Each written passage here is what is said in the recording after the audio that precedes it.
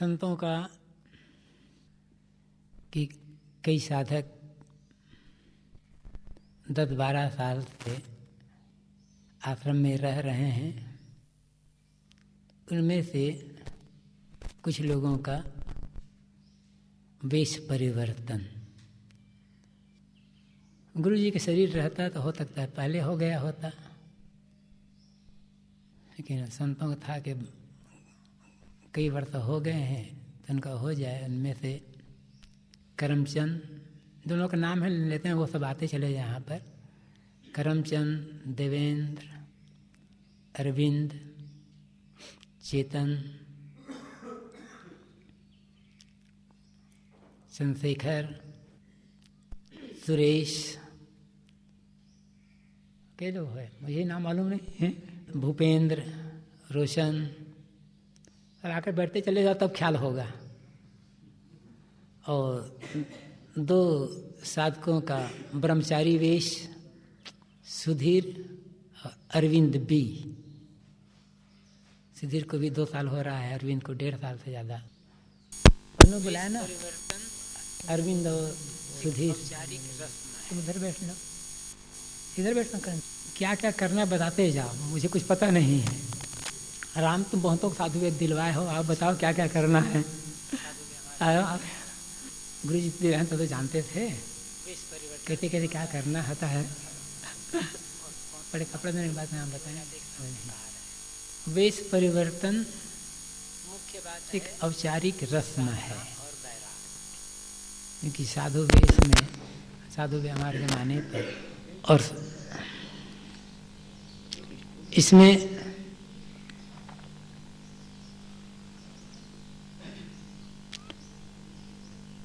सेवा, स्वाध्याय, सत्संग और समाधि, ये हम लोगों के लिए जहाँ कहीं भी रहें मुख्य कर्तव्य है। क्योंकि इन्हीं के बल पर ही, इसी मार्ग पर चल कर के ही हम लोग अपने कल्याण मार्ग में चल सकते हैं।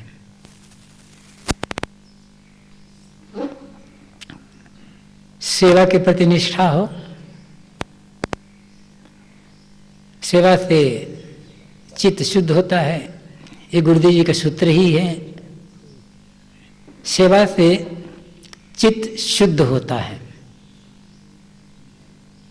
और सेवा से जब चित्त शुद्ध होकर के मज जाता है तब स्वाध्याय द्वारा ज्ञान की प्राप्ति होती है। जितना स्वाध्याय करेंगे उतना ज्ञान बढ़ता जाएगा, समझ बढ़ती जाएगी,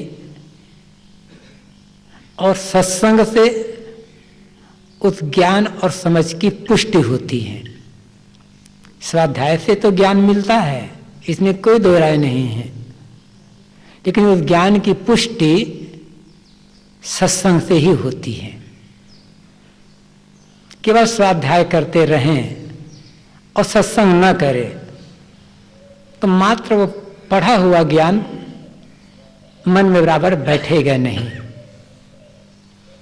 उसके लिए सत्संग की आवश्यकता है। सत्संग में जितनी रुचि होगी, पढ़ा हुआ सुना हुआ ज्ञान उतना और पुष्ट होता चला जाएगा।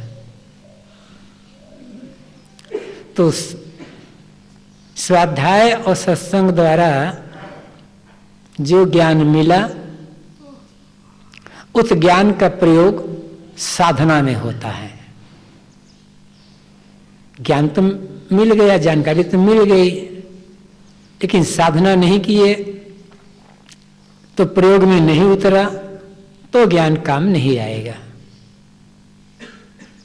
साधना, ध्यान, समाधि में ही उसका प्रयोग है, और उसकी सार्थकता है जब मन निर्मल और स्वत होता चला जाए। साधु वेश मृतक का वेश माना। कोई आदमी कि शरीर छूट जाता है तो उसे एक कोरा कपड़ा मतलब बिना धुला हुआ कपड़ा ओढ़ा दिया जाता है और कौपीन पहना दी जाती है। साधु वेश होने पर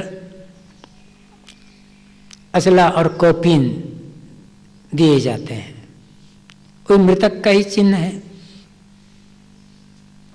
इस संबंध में सदगुरु श्री विशाल साहब ने सगुण शतक में जो कहा है वैराग्य लक्षण में, मृतक चिन्ह सो जानिए गुरु कफनी कौपीन, चिता भूमि से ना डिगे जो जग मृत्यु लय लीन। गुरु द्वारा जो कफन, अचला, कौपीन, लंगोटी जो दिए जाते हैं ये मृतक का चिन्ह है। और मृतक चिता भूमि से डिगता नहीं है।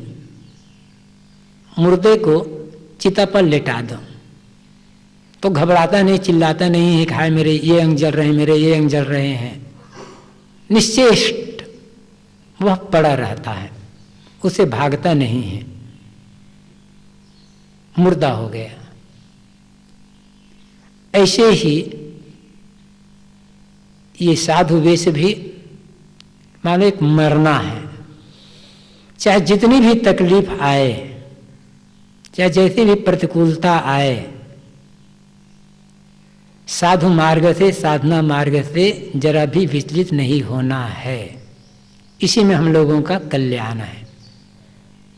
साहब ने आगे कहा है, वहां देह चरी जीव चला, यहां जगत मन त्याग, सबसे रहे उदास है मोक्ष पंथ में लाग। संसार में तो कोई आदमी मर गया तो क्या हुआ, जीव शरीर को छोड़कर के चला गया, शरीर अब मुर्दा हो गया, सड़ जाना है। यहां पर क्या करना है, जगत मन त्याग, मन से जगत की वासना का त्याग कर देना है। बाहर से जगत का त्याग नहीं किया जा सकता। सबसे बड़ा जगत, सबसे बड़ा संसार तो हमारा शरीर ही है, और शरीर रहते तक बाहर के संसार का कोई पूरा त्याग कैसे कर सकता है। मन से संसार का त्याग करना है, और मन से संसार का त्याग करने का अर्थ क्या है, संसार की वासना का त्याग कर देना। जिसने भी संसार की वासना का त्याग कर दिया, मानो संसार में रहते हुए भी मुक्त है, सब समय मुक्त है। सबसे रहे उदास है मोक्ष पंथ में लाग। सद्गुरु कहते हैं जगत की वासना का त्याग कर दिए, इसका अर्थ क्या, इसकी पहचान क्या है, सबसे उदास रहना। सबसे उदास रहना मतलब भोगों से उदास रहना।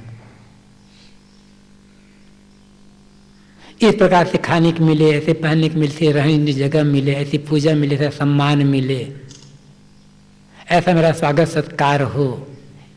मन और इंद्रियों के जो भी भोग हैं उनसे लापरवाह, उदास, अगर्ज, चाहना रहित हो जाना, और मोक्ष पंथ में अपने कल्याण मार्ग में एक रस लगे रहना। इसी के लिए हम लोग आए भी हैं, हमारा उद्देश्य यही है। जिस किसी प्रकार से भवबंधन का नाश हो वही काम हमको करना है। यदवा तद्वा छत्ती पुरुषार्थ कहा गया है। जिस किसी प्रकार से भवबंधन का उच्छेद कर देना, यही जीव मात्र का वास्तविक पुरुषार्थ है, और इसी के लिए साधना मार्ग है। सद्गुरु ने आगे कहा है, जग वैराग्य अमूल्य है, जाहि प्राप्ति सब धूर, गुरु दया निज भाग्यवश गहे कोई बरसूर। संसार में सबसे अमूल्य क्या है, संसारिक दृष्टि से तो बहुत कुछ अमूल्य है, लेकिन जिनको हम अमूल्य मानते हैं, मूल्यवान चीजें, कल्याण की दृष्टि से वो बिल्कुल निरर्थक, उसकी कोई कीमत नहीं साधना मार्ग में। सर्वाधिक मूल्यवान है वैराग्य, और वैराग का अर्थ,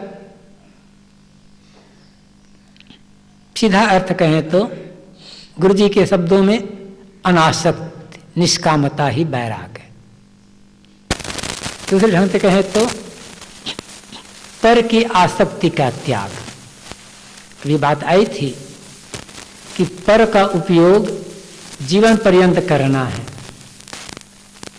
उससे हम बच नहीं सकते, लेकिन कहीं भी किसी भी पर में, अपने से अलावा जो कुछ सब पर ही है, उसमें कहीं भी हमारा मन आसक्त न हो। आसक्तहीनता, अनासक्त, यही वैराग की पहचान है। और ये साधारण बात नहीं है। करते करते धीरे धीरे तब ये बात आती है, तब दशा आती है। और जिन्होंने ये साखियां कही है, वो इस दशा में जी करके, रह करके, अनुभव करके साखियां कही है।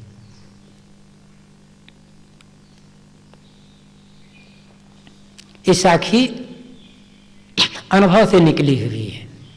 जग वैराग्य अमूल्य है। संसार में वैराग्य सबसे अमूल्य, जाहि प्राप्ति सब धूर, जिसके मिल जाने पर सब कुछ धूल के समान निस्सार हो गया।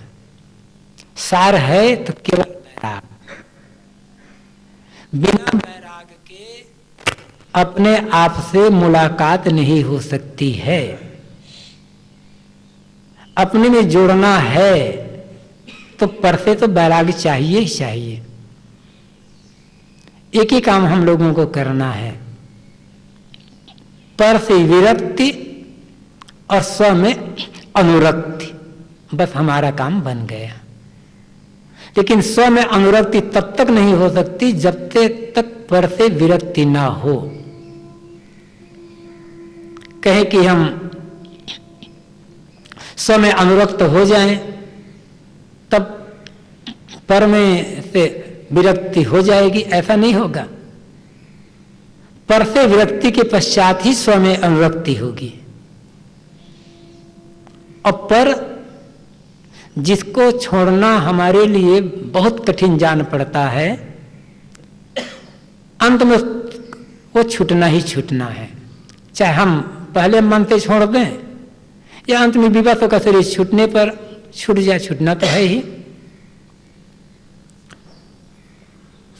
जाहि प्राप्ति सब धूर, जिसके मिल जाने पर सब कुछ धूल के समान तुच्छ हो जाता है। बाहर की जो भी चीजें हमें आकर्षित जान पड़ती हैं, आकर्षक जान पड़ती हैं, वो अंत में है क्या? धूल। मिट्टी, पानी, आग, हवा का संविहन है। कोई भी चीज ले लो, संसार में जो सबसे मूल्यवान माना जाता है वो भी क्या है? जड़ तत्वों का मेल। अंत में से धूल होना ही होना है। जब तक यह बात समझ में नहीं आएगी, तब तक उधर से वैराग नहीं हो सकता है। कहीं भी हम आकर्षित हो रहे हैं, इसका मतलब यह है कि उसकी कीमत, उसका मूल्य भी हमारे मन में अंकित है।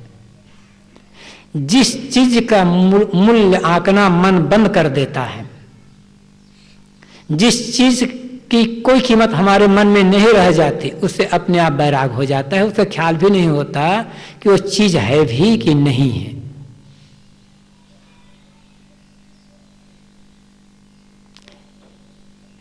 यही भाव सदैव हम लोगों को अपने मन में बना करके रखना है। गुरुजनों की कृपा हुई, उनकी प्रेरणा मिली, इस मार्ग में आ गए। अब जो मार्ग में आए हैं उसी मार्ग में हम एक रस चलना है। एक ही उद्देश्य लेकर के हम लोग इस मार्ग में आए हैं, केवल आत्मकल्याण, और कोई उद्देश्य नहीं है। लेखक बनना, प्रवक्ता बनना, व्यवस्थापक बनना, गुरु बनना, महंत बनना, प्रचारक बनना, ये कोई उद्देश्य लेकर के नहीं आए हैं हम लोग। एक ही उद्देश्य लेकर के आए हैं कि गुरु की चरण में जाकर के सेवा भक्ति साधना करते हुए कल्याण का काम करना है। उसी उद्देश्य को ही सब समय सामने रखना है। वो उद्देश्य भूल जाता है तो सब कुछ गड़बड़ा जाता है। वह उद्देश्य सामने रहेगा तो सब कुछ ठीक होता चला जाएगा। कभी भूल हो गई, फिर ख्याल आ गया, फिर चेत हो जाएगा, फिर सावधानी हो जाएगी। हम क्यों इस मार्ग में आए, बस इसी का हमें ख्याल रखना है। जब ये ख्याल रहेगा ना तो अपने आप का, अपने आत्मा की स्मरण बराबर होता रहेगा। जब ये ख्याल रहेगा तो बाहर कहीं आकर्षण नहीं होगा, फिर भूलने भटकने की गुंजाइश नहीं रहेगी। समय न खोवे आपने मुख्य काज को ढील। मुख्य काज क्या है? वैराग्य, कल्याण का काम मुख्य काम है, और उसको ढीला कर दिए तो समय बर्बाद जाएगा। इसलिए इस काम में ढिलाई न करें। इस काम में ढिलाई किए तो फिर होगा क्या? निज पर मन के फंद बहु पचे न तिन में। निज और पर दोनों के मन के तमाम फंदे हैं। अपने ही मन का कितना फंदा है, अपना ही मन कितनी चालबाजी करता रहता है, इसका अनुभव किसको नहीं होगा? सबको है। और फिर पर का मन, जिसे हम अपना संगी कहते हैं, साथी कहते हैं, मित्र कहते हैं, सहयोगी कहते हैं, प्रेमी कहते हैं, उनका मन है। सोचते हैं कि ये इतने दिन के हमारे मित्र हैं, हमारा ऐसा सहयोगी है, इनके साथ रहने पर हमें ऐसी ऐसी सुविधा मिलती है, इनकी बात नहीं मानूंगा तो साथ छोड़ देगा तो क्या होगा? बस उनकी बात के चक्कर में पड़ते चले गए और अपना काम छूटता चला गया।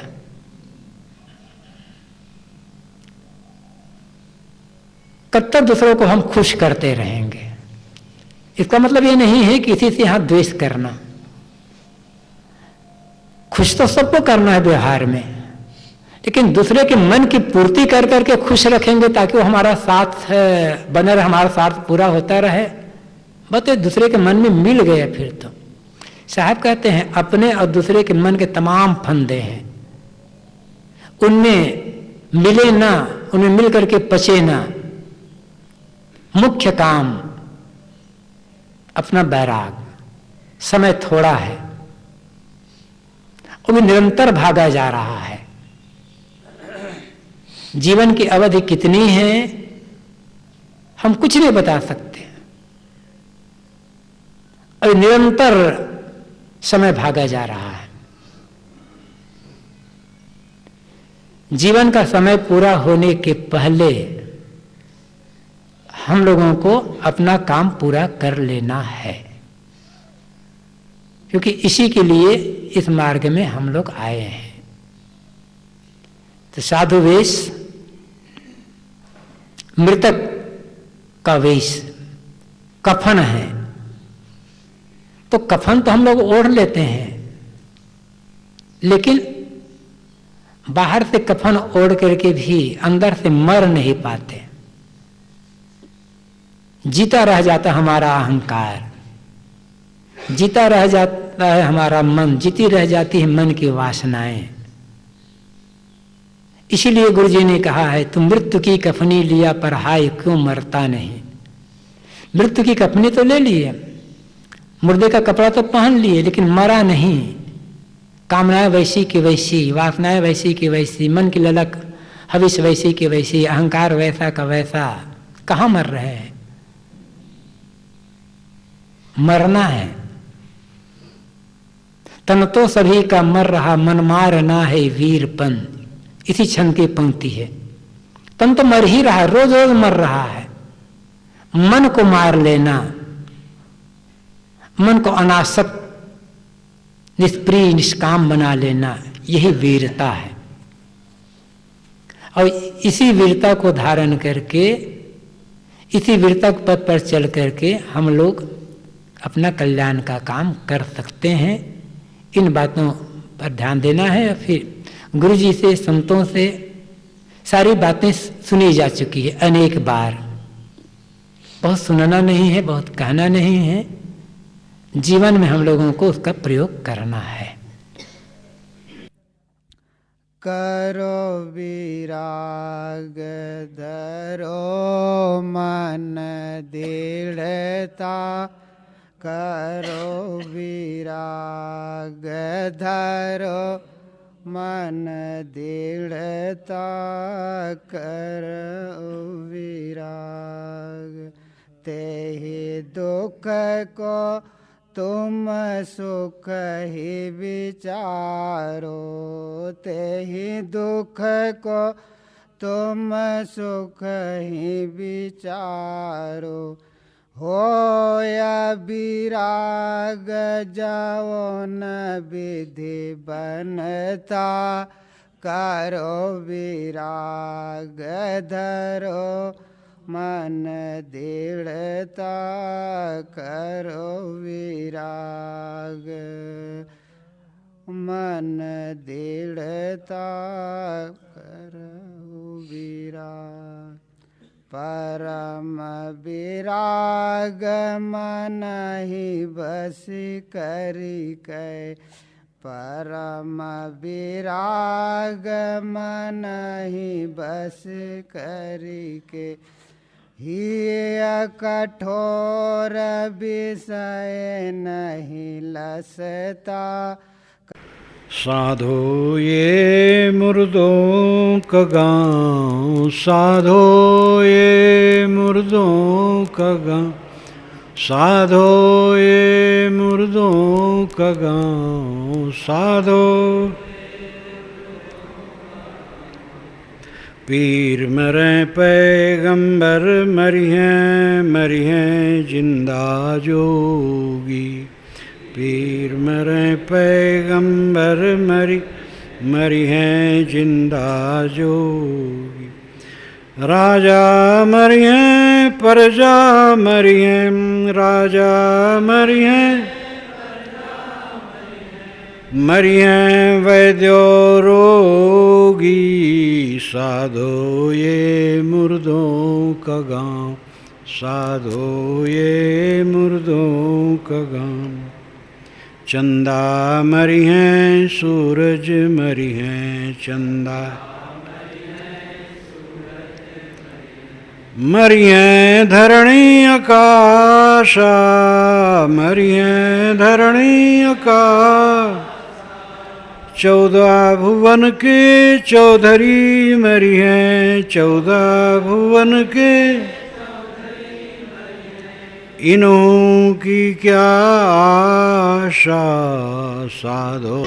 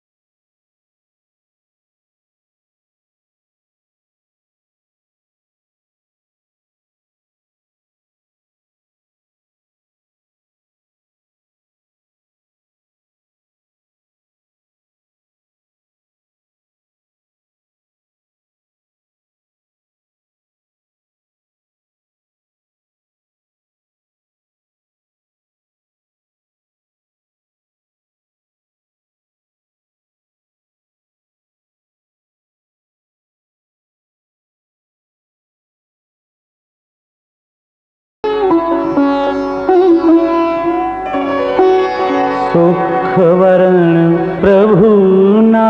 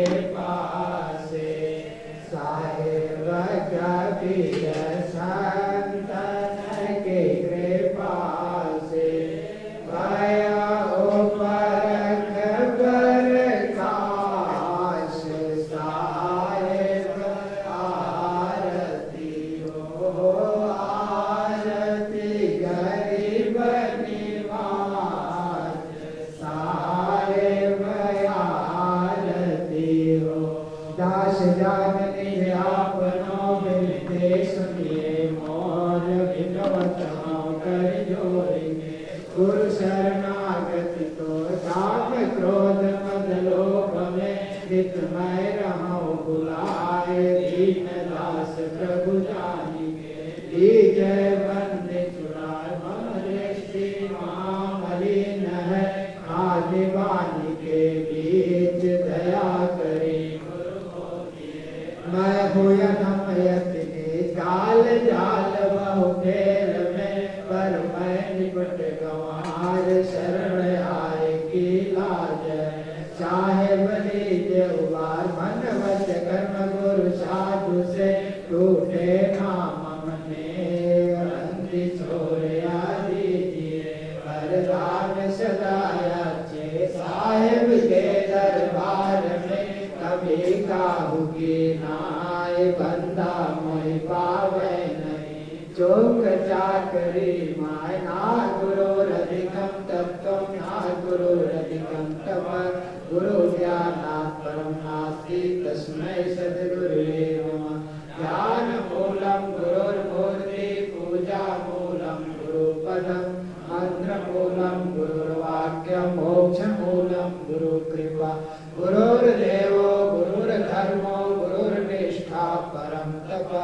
गुरु परतरं नास्ति नास्ति तत्त्वं गुरु परम्। आप लोग बंदो सन्मुख पार की शेष नेत्र धरि हाथ। भजन उचारो बंदगी सत्य प्रेम के साथ। बंदगी सारी बंदगी सारी बंदगी। बोलिए सद्गुरु